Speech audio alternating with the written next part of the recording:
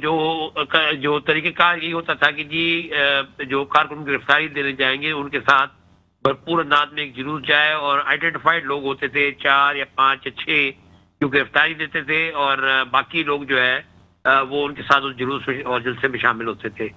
تو میں سمجھتا ہوں اس لحاظ سے مجھے نہیں پتا کہ پی ٹی آئی نے کس طرح اپنی اسٹریٹجی بنائی ہے جیل میں بھیجنے کے، جیل میں جانے کے لیے اپنے کارکنوں کے لیے. لیکن جنرلی جو ہے نا، میں آپ سے ایک بات کہتا رہا ہوں ہمیشہ کہ ایک ڈی پولیٹیسائزیشن کا اس وقت ایک مرحلہ پاکستان کے اندر چل رہا ہے، جہاں سیاسی ورکر ایک صحیح. حد سے آگے جانے کو تیار نہیں، کسی بھی جماعت کا. میں پی ٹی آئی کو صرف نہیں کہوں گا، دیگر جماعتوں کے بھی لوگ. اگر آپ کوئی آج کہے گا کہ جی ہم جو ہے نا اس طرح اپنا سیاسی ورکر نکل کے باہر آئے، اس کی وجہ یہ ہے کہ سیاسی جماعتوں کے اندر جو ہے نا ایک بہت سیریس قسم کا جو ہے نا کرائسس ہے، ایک لیڈرشپ کرائسس ہے، اور ایک جو ہے نا لوگ ایک ایپتھی ہے جنرلی، کہ جس کے حوالے سے جو ہے نا ایک جو سیاسی ورکر ہے وہ کمفرٹیبل نہیں فیل کر رہا. وہ جو ہے نا اس لحاظ سے سیاسی ورک کے لیے تیار نہیں ہے جس لحاظ سے جو ہے نا آپ کو نظر آتا ہوگا کسی بھی جماعتیں جو، اگر آپ تھوڑا سا پیچھے جائیں پاکستان کی تاریخ میں، تو یہ ایک بڑا وولٹائل ہمارا علاقہ رہا ہے. چاہے وہ یونائٹڈ انڈیا ہو، یا جب جو ہے نا جب پاکستان کی تحریک چلی، یا اس کے بعد سے جتنی بھی پاکستان کے اندر تحریکیں چلی ہیں، وہ ساری کی ساری جو ہے نا وہ بہت بھرپور تحریکیں چلی ہیں. اس میں میں یہ ریگارڈلیس اس کے کہ جی کس کی حکومت تھی اور کون اپوزیشن میں تھا، لیکن جنرلی سیاسی ورکر، سیاسی کارکن، مزدور رہنما، کسان رہنما بہت زیادہ ووکل ہوتے تھے، بہت زیادہ جو ہے نا وہ جو ہے نا بڑھ چڑھ کے اپنی تحریکوں میں حصہ لیتے تھے. آج میں پریس کلب میں حبیب جالد صاحب کی آج برسی تھی، اس میں فنکشن میں موجود تھا. تو جالد صاحب یاد آ رہے تھے کہ جالد صاحب کی انقلابی نظمیں کسی بھی، حالانکہ انہوں نے کسی بھی حکومت کو کبھی سپورٹ نہیں کیا، ہمیشہ حکومت میں وہ خلاف رہے، لیکن یہ کہ لوگ برس تک سیاسی ورکر جو ہے ان کی نظموں سے، ان کی جو ہے جو ان کی شاعری تھی، اس سے ایک انقلابی جو ہے نا ایک جذبہ ابھرتا رہا. اب میں سمجھتا ہوں کہ جنرلی مجھے ایسا محسوس ہو رہا ہے کہ سیاسی کارکن اب اس بات کے لیے تیار نظر نہیں آتا کہ وہ بغیر وجہ کے اپنی قربانی دے، یا اپنی جو آسائشیں ہیں اس کو چھوڑے، اور اس کو ایک جو کانفیڈنس ہوتا ہے ایک لیڈرشپ کے اندر کسی بھی جماعت کے اندر، وہ مجھے جو ہے نا معذرت کے ساتھ ابھی نظر نہیں آ رہا. سر اسی کے ساتھ آپ کو پتا ہے سو موٹو نوٹس کے اوپر بھی بڑے اعتراضات ہیں. کچھ ججز کے اوپر پی ڈی ایم نے، پیپلز پارٹی اور نون لیگ، اس نے بھی اعتراضات کیے ہیں. آپ کو لگ رہا ہے کہ یہ اعتراض اٹھا کے، اور جوڈیشری کے اندر ججز نے سو موٹو کے اوپر بھی اعتراضات ہیں، کیا کہیں گے الیکشن کے حوالے سے؟ لیکن جی وہ تو ہر دور میں اعتراضات ہوئے. میں نہیں سمجھتا کہ وہ اتنا زیادہ اس کی کوئی وہ ہوگی. وہ جو بھی اعتراضات ہوں گے، یہ کورٹ کی ذمہ داری ہے کہ ان اعتراضات کو سنے، اور جو پھر بینچ الٹیمیٹلی فیصلہ کرے گا وہی پھر آگے بات چلے گی نا. باقی یہ کہ بینچ کے اندر یقیناً آراء ہوتی ہیں. آپ نے دیکھا ہوگا کہ ایک ہی وقت غالباً شاید افتخار چودھری صاحب کی جب کورٹ تھی، تو وہ 13 کے 13 ججز جو ہوتے تھے، یا 17 کے 17 ججز جو ایک فیصلہ دیتے تھے. اس کے بعد سے یا اس سے پہلے اگر آپ دیکھیں تو ایک ڈسینٹنگ نوٹ ہمیشہ ہوتا ہے. ججز ڈسینٹ کرتے ہیں، بینچ کے اندر ڈسینٹ کرتے ہیں، تاکہ جو ہے نا ایک ریسنٹ کیس جو قاضی فائز عیسیٰ کے اندر تھا، اس میں میجورٹی ججمنٹ جو نا جو قاضی فائز عیسیٰ صاحب کے حق میں آئی، لیکن 4 ججز نے ان کے خلاف بھی فیصلہ دیا. تو وہ ایک بینچ کے اندر جو فیصلے کے حوالے سے جو تفریق ہوتی ہے وہ اپنی جگہ موجود ہے. لیکن at the end of the day یہ بینچ کے اوپر اعتراضات بھی بینچ ہی اس کو جو ہے نا ختم کر سکتی ہے، یا اس کے حق میں فیصلہ دے سکتی ہے، اس کے خلاف دے سکتی ہے. تو میں سمجھتا ہوں 9 ممبر بینچ بن چکی ہے، اور اسی 9 ممبر بینچ نے الٹیمیٹلی فیصلہ کرنا ہے. اعتراضات اپنی جگہ، لیکن جو فیصلہ ان کی طرف سے آئے گا وہی قابل قبول ہوگا. اب برسر صاحب الیکشن سے لوگ کہہ رہے ہیں، جس طرح عمران خان کہہ رہے ہیں کہ الیکشن سے یہ بھاگ رہے ہیں، ججز کے اوپر جسٹس اعزاز اسلم صاحب، جسٹس نقوی صاحب، اس کے اوپر اعتراضات ہیں. آپ کو، آپ کی قیادت کو مریم نواز صاحبہ نے کھل کے کہا ہے کہ ہمارے خلاف سازش ہوئی تھی، جنرل فیض اس کو لیڈ کر رہے تھے ججز کا. اب وہ ججز آج بھی ہیں، کچھ ججز جو ہے نا ریٹائر بھی ہو گئے ہیں، کیا کہیں گے؟ میر صاحب، تاریخ کی درستگی کرتا چلوں، مریم نواز صاحبہ یا ہم یا پاکستان کا سیاسی ورکر یا سیاسی رہنما یہ بات بعد میں کر رہے ہیں. پہلے جنرل باجوہ نے یہ بات کی ہے. ایکسیپٹنس ہے. جنرل باجوہ کے بیانات آپ دیکھ لیں، اور خود عمران خان جو وزیر اعظم رہے اس ملک کے بدقسمتی سے، ان کے بیانات دیکھ لیں. وہ اپنے منہ میاں مٹھو بنے، میں تو یہ کہوں گا کہ وعدہ معاف گواہ بن گئے، کیونکہ ہماری قوم کو عادت ہے بھول جانے کی، اور اس طرح کے لوگ گواہی دے کے چلے جاتے ہیں اپنے خلاف، اور ہم وعدہ معاف گواہ بنا کر تھوڑی سی سزا بھی نہیں دیتے ان کو، بلکہ معاف کر دیتے ہیں۔ تو یہ جنرل باجوہ نے خود بتایا کہ کس طرح سازش ہوئی، کس طرح ہم اس اپنے لاڈلے کو لے کے آئے، کس طرح ہم نے یہ غلطی کی، کس طرح اس کا خمیازہ آج بھگت رہے ہیں کہ ہر وہ محسن جس نے عمران خان کو دودھ پلایا، عمران خان نے اس کے خلاف جس طرح سے ہرزہ سرائی کی ہے، یہ اس کی ساری تاریخ گواہ ہے، اور بلکہ پریزنٹس بھی اس کی جو حال ہے وہ بھی اس کا گواہ ہے۔ مسئلہ یہ ہے کہ الیکشنز کے حوالے سے آج سپریم کورٹ آف پاکستان کے چیف جسٹس صاحب کو آئین یاد آیا کہ جی آئین نے دستک دی ہے سپریم کورٹ کے دروازے پر۔ مجھے یہ بات بتائیں کہ اسی آئین میں تمام جو ریاست کے ستون ہیں اس کے اندر بیلنس آف پاور کا ایک میکنزم موجود ہے۔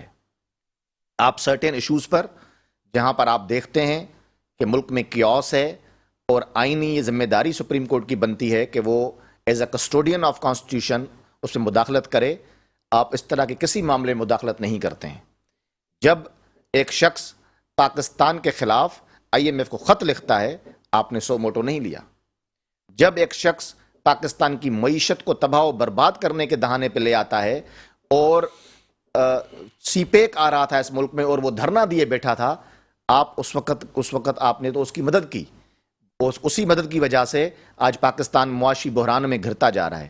لیکن ایک مکمل طور پر آئین پاکستان کے حوالے سے ایک اختیار ہے موجودہ حکومتوں کا، الیکشن کمیشن آف پاکستان کا، اور وہی الیکشن کروا سکتے ہیں، انہی کو ہی ڈومین ہے۔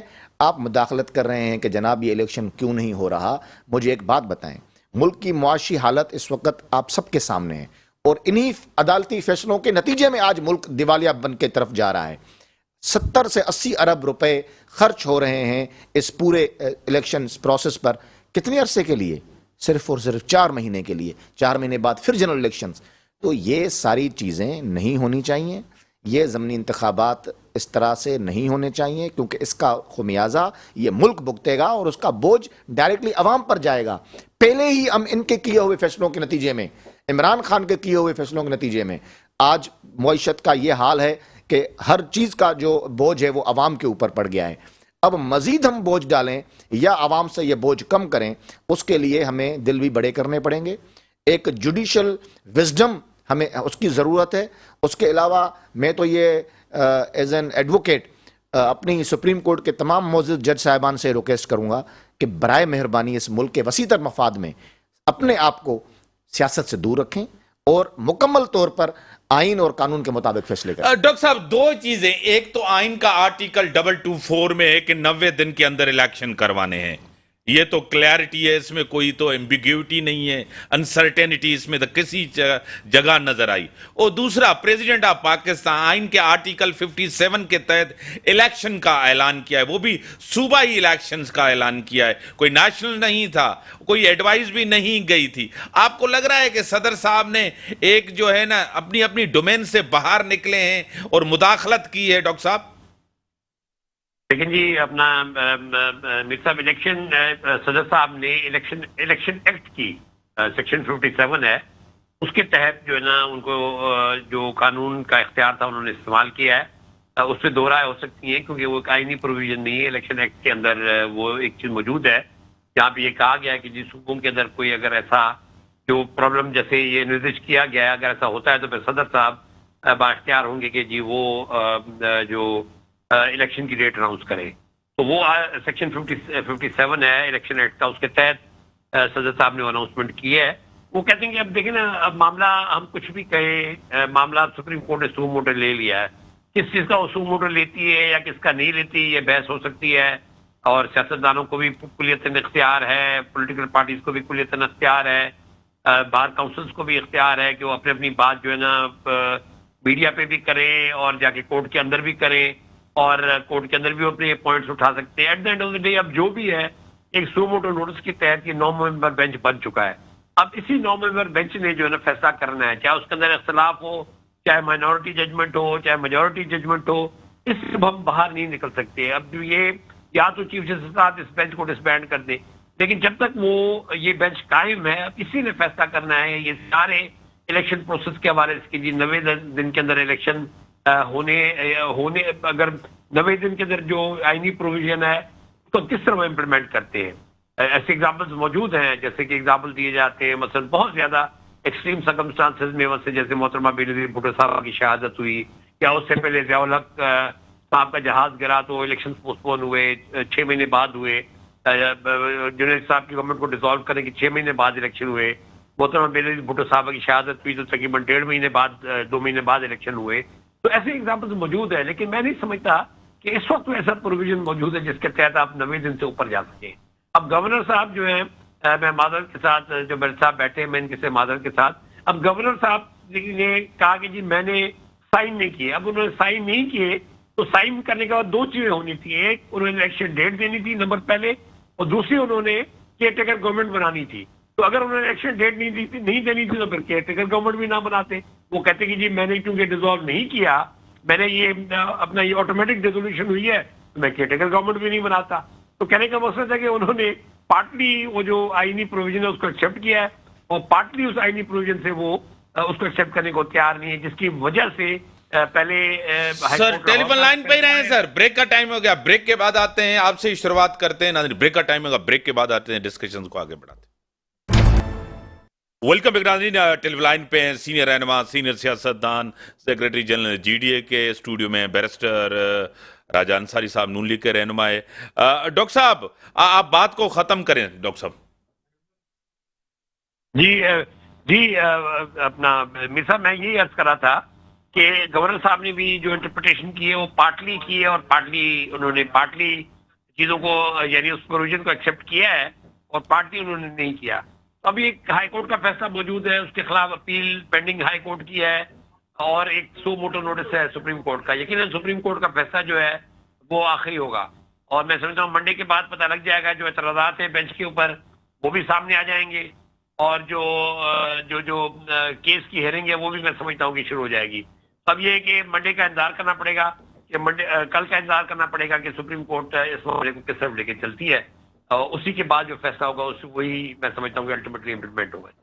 ٹھیک ہے ڈاکٹر صاحب ٹیلی فون لائن پہ رہیں. برسر صاحب, منی بجٹ فائننس سپلیمنٹری بل 170 ارب روپے, اتنی مہنگائی, اتنی بے روزگاری. آپ کے دور میں آپ کہتے تھے آئیں گے, آپ آئے اسی وجہ سے تھے, وہ ناکام ہوئے تھے. انہوں نے مہنگائی کی تھی, بے روزگاری کی تھی, بہترین گورننس نہیں تھی. آپ کے آتے ہوئے اس سے زیادہ حالات خراب ہوئے, کیا کہیں گے؟ جی میر صاحب دیکھیں, ہمیں اس بات کا ادراک نہیں تھا کہ حالات ہماری سوچ سے بھی زیادہ بدتر ہوں گے, کیونکہ عمران خان صاحب نے جو معاہدے IMF سے کر لیے تھے, اور جس طرح اس معاہدے کرنے کے بعد انہی معاہدوں کی خلاف ورزی کرتے ہوئے, یعنی آپ نے ایک محاورہ سنا ہوگا قرض لے کے خیرات کرنا. یہ جناب عالی IMF سے قرض لے کر یہاں خیرات کر رہے تھے, اور پیٹرول پہ اور دیگر چیزوں پہ سبسڈی دی ہوئی تھی, جس کی وجہ سے آپ کی اکانومی کا پٹھا بیٹھ گیا.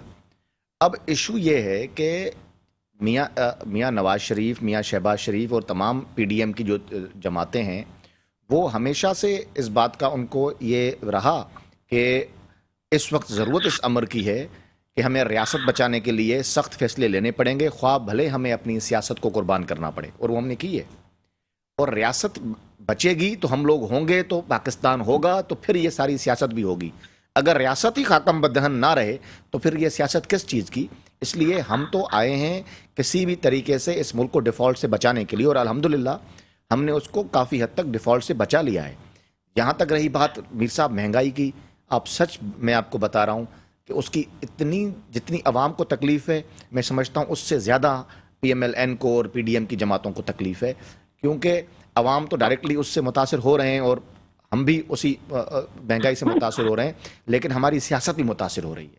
اس لیے ہمارے پاس اور کوئی راستہ ہی نہیں ہے کہ ہم اس طرح کا ایک اکنامک کو سہارا دیں جس سے کچھ مشکل فیصلے ٹائملی ہم ضرور کر رہے ہیں, جس کی وجہ سے پاکستان کی معیشت کو تھوڑا سہارا ملے اس کا, لیکن انشاءاللہ آپ دیکھیں گے کہ لانگ ٹرم میں پاکستان کو بہت فائدہ ہوگا اور معیشت پاکستان کی بہتر ہوگی. اور مریم نواز صاحبہ نے کہا یہ میری حکومت نہیں ہے, میاں صاحب آئیں گے, اب شہباز شریف نون لیگ پوری حکومت کر رہے ہیں, اور مریم نواز صاحبہ کہہ رہی ہے یہ میری حکومت نہیں ہے. لیکن وہ عوامی امنگوں کی ترجمان ہیں بیسیکلی. عوام میں جائیں گی, عوام کے سامنے کھڑی ہوں گی, تو لازمی بات ہے عوام کا دکھ درد بانٹیں گی. ان کا جب یہ کہنا ہے کہ جی ہماری حکومت نہیں ہے, اس کا مطلب یہی ہے کہ صرف ہماری حکومت تو یہ نہیں ہے نا، اس میں تمام اسٹیک ہولڈرز ہیں، پی ڈی ایم کی جماعتیں اور بھی شامل ہیں، تو یہ صرف ہماری حکومت تو نہیں ہے، لیکن اس کے ساتھ ساتھ reservations P M L N کے رہنماؤں کو بھی ہیں، کیونکہ ہم اس سوسائٹی کا حصہ ہیں۔ ہم یہ کبھی نہیں کہہ سکتے کہ جی ہماری پارٹی کی جو حکومت ہے، پی ڈی ایم کی جو حکومت ہے، اس کی تمام پالیسیاں بہتر ہیں۔ ہم پی ٹی آئی کے میاں مٹھو طوطے تو نہیں ہیں نا، ہم سیاسی ورکر ہیں، ہم جمہوری ورکر ہیں، ہم جمہوریت پر ایمان رکھتے ہیں اور ہم اپنی پارٹیوں میں بڑے سخت قسم کا موقف رکھتے ہیں، اور ہمیں فخر ہے اپنی پارٹی قیادت پر کہ ہمیں ہمارے سخت موقف کو سنا جاتا ہے، اسے ایڈریس کیا جاتا ہے، کہا جاتا ہے کہ یہ صحیح کہہ رہے ہیں۔ لہٰذا میں سمجھتا ہوں کہ پارٹی لیڈرشپ کے اندر بھی اس طرح کے بہت سے لوگ موجود ہیں جو یہ سمجھتے ہیں کہ فیصلے اس سے بہتر ہو سکتے تھے، یعنی کہ ایسے بھی لوگ ہیں ہماری پارٹی میں جو سمجھتے ہیں کہ ہمیں حکومت نہیں لینی چاہیے تھی، ہم نے تو ٹھیکہ نہیں لیا ریاست بچانے کا۔ ریاست جنہوں نے 75 سال سے جو ریاست کے نعرے لگا رہے ہیں اور ریاست بچانے کے اور پاکستان محب وطن بنے ہوئے ہیں، وہ بچاتے نا ریاست، انہوں نے تو ریاست کو ڈبویا کہ اپنا ایک پپٹ یہاں کے بٹھا دیا، اور آج ایک دوسرے کے خلاف آدم آف گواہ بنے ہوئے ہیں۔ تو لیکن وسیع تر مفاد میں سمجھتا ہوں کہ یہ ملک سیاستدانوں نے بنایا تھا، اور پھر تاریخ یہ ضرور لکھے گی کہ ایک دفعہ جب ضرورت پیش آئی تو سیاستدانوں نے بچایا بھی اس میں۔ ٹھیک ہے ڈاکٹر صاحب، آپ کو پتا ہے کہ 70 ارب روپے کی منی بجٹ آپ کو پتا ہے، ایک بوجھ پورا عوام کے اوپر، پیٹرول ڈالر آپ کو پتا ہے کتنا مہنگا، اور چیزیں کنٹرول سے باہر ہیں، بحران در بحران ہے، کیا کہیں گے ڈاکٹر صاحب؟ میر صاحب دیکھیں، بنیادی طور پہ میں یقیناً کوئی پی ٹی آئی کی پالیسیز کو میں ڈیفینڈ تو نہیں کروں گا کہ جی ان کی پالیسیز اچھی تھی، لیکن یہ کہ اگر آپ یہ نو کانفیڈنس آنے سے پہلے دیکھیں تو کچھ پاکستان کی جو جنرل معیشت تھی، ریئل اسٹیٹ تھی، فیصل آباد کی ٹیکسٹائل تھی، اپنے سیمنٹ سیکٹر تھا، اسٹیل سیکٹر تھا، اس میں امپرومنٹ ہو رہی تھی اور ٹیکس کلیکشن بھی کافی بہتر ہو رہی تھی۔ انفارچونیٹلی جب زرداری صاحب نے جا کے لاہور میں اعلان کیا کہ جی اب ہم نو کانفیڈنس لا رہے ہیں، موشن آف نو کانفیڈنس، اس کے بعد حالات خراب ہوئے، اور یقیناً پی ٹی آئی کی طرف سے غلط اقدامات یہ ہوئے کہ انہوں نے اس کے بعد جو معاہدے ہوئے ہوتے اور جس کی بنیاد پہ وہ آگے چل رہے تھے، ان کی انہوں نے اسے وہ بیک ٹریک کیا انہوں نے، اور جو آخری جو 2 مہینے تھے انہوں نے بھی ایک پاپولزم کا سٹینڈ لیا کہ جی پاپولسٹ چیز چونکہ عوام کے حق میں یہ جاتی ہے تو وہ کریں اور اپنے معاہدوں کو پیچھے چھوڑ دیں، تو اس سے یقیناً ایک خرابی پہلے تو وہاں پیدا ہوئی۔ دوسری خرابی میں سمجھتا ہوں کہ جو اب دیکھیں پی ایم ایل این والے کے دوستوں کو بھی اب یہ سوچنا، سارے پی ڈی ایم کی جماعت میں بالکل میرے ساتھ اتفاق کرتا ہوں کہ جی پی ایم ایل این کی حکومت نہیں ہے، یہ پوری پیپلز پارٹی اس میں شامل ہے، اپنے جمعیت علماء اسلام اس میں شامل ہیں، اور جتنی جماعتیں 13 جماعتیں وہ سب شامل ہیں، اور اس کا الٹیمیٹلی جو نیگیٹو افیکٹ ہے وہ تمام جماعتوں نے اس کا لینا ہے۔ یہ نہیں کہ آپ پی ایم ایل این پہ بوجھ ڈالیں اور باقی جماعتیں کہیں جی ہم نے تو کچھ نہیں کیا، وہ بھی اتنی شامل ہے اس میں جتنی کہ آپ پی ایم ایل این کو سمجھتے ہیں کہ وہ شامل ہے۔ تو پہلی بات تو یہ کہ یہ چیز ایکسیپٹ ہونی چاہیے۔ دوسری بات یہ کہ میں سمجھتا ہوں کہ فائنانس کی پالیسیز میں کچھ جو پی ڈی ایم کی گورنمنٹ ہے، میاں شہباز شریف کی حکومت، ان سے سب سے بنیادی غلطیاں یہ ہوگی کہ وہ خود کلیئر نہیں تھی انہوں نے کیا کرنا ہے۔ سب سے پہلے مفتاح صاحب کو آگے کیا گیا، مفتاح صاحب نے ایک آئی ایم ایف سے ایگریمنٹ کیا اور جو نا اس کو وہ لے کر آگے چلنا چاہتے تھے، پھر سڈنلی جو نئے خیال آیا کہ جی ان کی وجہ سے شاید جو پولیٹیکل کیپٹل ہے پی ایم ایل این کا کم ہو رہا ہے، اس کو پھر جو نا دوبارہ بحال کرنے کے لیے انہوں نے ڈار صاحب کو لے کر آئے، اور انفارچونیٹلی ڈار صاحب بالکل ریورس میں چلے گئے۔ وہ جو مفتاح اسماعیل صاحب کی پالیسیز تھیں وہ اچھی تھیں یا بری تھیں، وہ حکومت کو ایکسیپٹ کرنی چاہیے تھی کہ یہ اچھی ہے بری، لیکن یہ کہ اپنا اس سرین ڈار صاحب جب آئے تو وہ ڈالر آپ نے پیک کر دیا، ڈالر کو آپ نے جو نا وہ اس کو وہی رکھا، وہ بھی آپ کنٹرول نہیں کر سکے۔ اس کے بعد جو مہنگائی کا عالم ہے، جیسے آپ نے کہا کہ 170 ارب یہ ٹیکس لگانے پڑ رہے ہیں، پیٹرول کی قیمتیں جو ہے نا جا کے 300 روپے تک پہنچ گئی ہیں، ڈالر کا ریٹ جا کے 260 روپے پہ پہنچ گیا ہے، یہ ساری بہت بڑا اس وقت برڈن ڈال رہی ہے عوام کے اوپر، اور میں سمجھتا ہوں کہ جو نا عوام یقیناً جو ہے یہ محسوس کریں کہ جی گورنمنٹ کی پالیسیز نے بہت زیادہ مہنگائی کا بوجھ ان پہ ڈال دیا ہے، اور یہ یقیناً جو ہے نا آج آپ 1 سال کے بعد تو یہ نہیں کہہ سکتے نا کہ ابھی ساری قصور عمران خان کا ہے، کچھ قصور تو پھر گورنمنٹ کو اپنے اوپر بھی لینا پڑے گا نا، جو بھی گورنمنٹ کے اس وقت جو ہے نا جو پولیٹیکل پارٹیز جس گورنمنٹ کے ساتھ ہیں ان کو بھی یہ بوجھ اٹھانا پڑے گا۔